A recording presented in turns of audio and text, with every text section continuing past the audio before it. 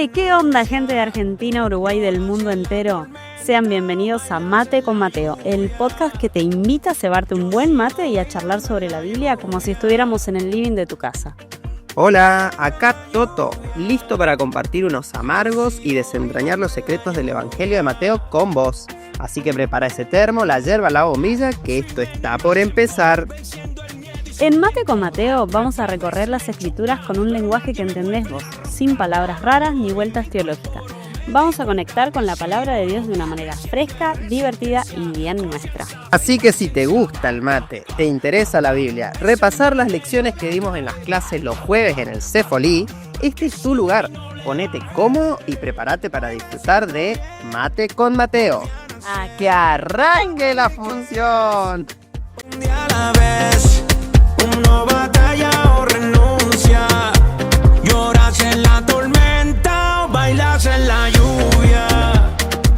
Yo sigo bailando en la lluvia. Arranquemos por el principio, para entender un poquito. ¿Quién era Mateo? Buena pregunta, Sime. Mateo era un apóstol, uno de los 12 elegidos por Jesús. Se dice que era judío y que escribió este evangelio alrededor del año 60-70 después de Cristo. Y en sí, su objetivo principal, ¿cuál era? Mostrar a Jesús como el Mesías prometido. Era el cumplimiento de todas las profecías que ya los judíos conocían muy bien. Por eso Mateo se la pasa citando el Antiguo Testamento. Con razón presenta una genealogía enfocada en la descendencia del rey David. Dividió 3 etapas de 14 generaciones. En ese entonces, era una manera muy judía de dejar bien clarito de que Jesús viene del linaje correcto. Bien, ahora vamos a arrancar con el segmento 2, ¿sí? El nacimiento y la infancia de Jesucristo. Bueno, hagamos un parate acá. Para entender la importancia de esta genealogía, vamos a recordar el contexto histórico. Israel estaba sometido por el Imperio Romano. Y recordemos que los hebreos esperaban al Mesías Salvador, creyendo fielmente en las promesas del Antiguo Testamento, de que un descendiente del rey David vendría a liberar al pueblo judío. Es por eso que Mateo escribe para una audiencia judía. A ver, Toto, ¿por qué arranca Mateo contándonos esta genealogía media rebuscada? Mira, Sime, a primera vista parece un árbol genealógico un poco aburrido, pero para los judíos de esa época era clave. Necesitaban saber que Jesús venía de la casa real de David. Mateo se asegura de marcar ese tanto desde el principio. Claro, porque para ellos el Mesías tenía que ser descendiente del rey David sí o sí. Era como la credencial indispensable para que lo tomaran en serio. Exacto, y ojo, Mateo la hace corta. 3 grupitos de 14 generaciones. Es como si dijera, miren, acá está el certificado de origen. El tipo es legítimo. Ah, y el número 14 tiene un significado, ¿eh? A ver, contame, Sime, que te veo venir con data. Te cuento, la genealogía se divide en 3 partes. Toma nota. La primera, de Abraham a David. La segunda, de David a la deportación a Babilonia. Y la tercera, de Babilonia hasta Jesús. Y escucha esto. Cada parte tiene 14 generaciones. Es como un patrón que se repite. Mirá vos, qué loco. Mateo era un capo para estas cosas. Pero me pregunto, ¿por qué escribe todo esto para los judíos? Porque Mateo quiere demostrar que Jesús es el Mesías prometido en el Antiguo Testamento. Quiere que los judíos entiendan de una buena vez de que Jesús cumple todas esas profecías. No es un hombre cualquiera. Pero volviendo al nacimiento en sí, ¿qué info tenés? Bien, Sime. El nacimiento virginal ya es un montón. Estamos hablando de algo súper raro para cualquier cultura. Dios haciéndose hombre, encima en Belén. ¿Te acordás la profecía de Miqueas? Tú, Belén Efrata, pequeña para estar entre las familias de Judá. De ti me saldrá el que será Señor en Israel. Claro, como dice la canción del burrito de Belén. Y hablando de eso, en esa época el matrimonio era distinto ahora, ¿eh? Tenía 2 partes. A ver, Toto, contame, que esto me interesa. Bueno, primero el compromiso. Los novios se prometían fidelidad, pero no vivían juntos todavía. Era como el noviazgo de antes. Claro, y después la fiesta de bodas, que ahí sí ya se juntaban. Tal cual, Por eso la Biblia dice, estando desposada María, su madre, con José, antes que se juntasen, quiere decir que estaban comprometidos, pero todavía no estaban viviendo juntos. Ahora imagínate la cara de José cuando se enteró de que María estaba embarazada. Y ahí es donde entra el Espíritu Santo en acción. ¿Por qué esto es tan importante, Toto? Y bueno, Jesús vino al mundo gracias a Dios. Sería la parte divina. Y la parte humana vendría de María, su madre.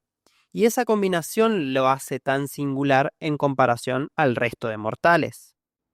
Con lo que ya leímos del Evangelio de Mateo nos dejan muchas preguntas con respecto a María. Exacto. Ahora vamos a meternos en algo que suele generar mucho debate. La pregunta es, ¿Jesús tuvo hermanos? Y es una pregunta que ha estado presente por siglos. Y lo loco es que aunque la Biblia menciona varias veces a los hermanos de Jesús, hay quienes interpretan esos pasajes de manera diferente. Claro, por ejemplo en Mateo dice que su madre y sus hermanos estaban afuera, queriendo hablar con él. No es un versículo aislado. También aparecen referencias en otros evangelios y en el libro de los Hechos. Y algo interesante es que en el libro de Lucas se dice que Jesús fue el primogénito de María. Esa palabra en su contexto indica que fue el primero, lo que nos hace pensar que pudo haber tenido más hijos. Sí, porque si hubiera sido hijo único, la palabra usada debería haber sido unigénito, en lugar de primogénito. Además, la Biblia misma habla de la bendición que hay en la unión matrimonial y en la procreación. Eso en el libro de Génesis, capítulo 1, verso 28 lo encontramos. Claro, y no solo eso, sino que en la cultura judía era lo más común que un matrimonio tuviera varios hijos. No hay ninguna indicación en la Biblia de que José y María vivieran un matrimonio sin relaciones después del nacimiento de Jesús. Y después tenemos a los magos del Oriente. Vieron una estrella y se mandaron un viaje desde vaya a saber dónde. Claro, buscando al rey recién nacido. Una búsqueda que demuestra que Jesús no vino solo para los judíos, sino también para todo el mundo. Totalmente, Salvador universal. Aunque arranquen medio raro, van a Jerusalén a preguntar, che, ¿dónde nace el rey de los judíos? A los más religiosos esto les causaba escalofríos. Imagínate la reacción de Herodes. A este tipo le habrá pintado un ataque de nervios. Sintió que le estaban usurpando el trono, y ahí es cuando se le cruza la macabra idea de matar a todos los bebés. Una locura total. Pero mirá cómo Dios se las ingenia. Le avisa a José por un sueño que escapen a Egipto. Y como dice Oseas, de Egipto llamé a mi hijo. Y la matanza de los inocentes cumple otra profecía de Jeremías. Es como si Mateo nos dijera, che, nada de esto es casualidad, todo está conectado, todo forma parte del gran plan de Dios. La verdad que sí. Y cuando pasó este evento tan feo, Dios vuelve a anunciarle a José que ya están dadas las condiciones para que retornen y vuelvan a Nazaret, para dar el cumplimiento con todos los detalles de Jesús. Es muy interesante porque uno piensa que esto no le dio una enseñanza a Jesús, pero sí, tuvo que entender el horror en su estado terrenal. Bueno, y el mensaje principal de esta primera parte es que Jesús es el Mesías prometido, pero a la vez también enfrenta rechazo desde el principio. Y ya se ve que el camino no va a ser nada fácil. Y además que todo esto lo va viviendo Jesús en su propia piel, desde su corta edad. Es muy fuerte.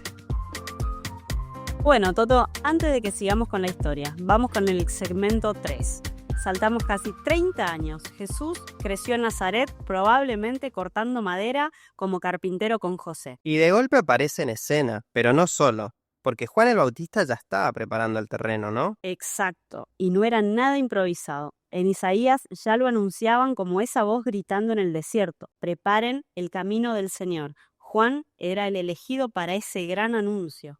Che, ¿y cómo era este Juan? Porque no suena a un tipo muy común. No, para nada. Juan el Bautista aparece en el desierto vestido con piel de camello, comiendo langostas y miel. ¿Te imaginas ese personaje? Un salvaje total. Nada de ropa fina ni filtros de Instagram. Juan venía con un mensaje directo. Arrepiéntanse que el reino está cerca. Sí, tremendo sacudón. No era solamente pedir perdón, sino arrepentirse. Un cambio de mente y corazón que nos lleva a un completo cambio de vida. Y ahí llegan los fariseos y saduceos, Sime. ¿Qué pasaba con estos tipos? Y eran los dueños, entre comillas, de la religión en ese entonces. Los fariseos obsesionados con la ley, pero vacíos por dentro.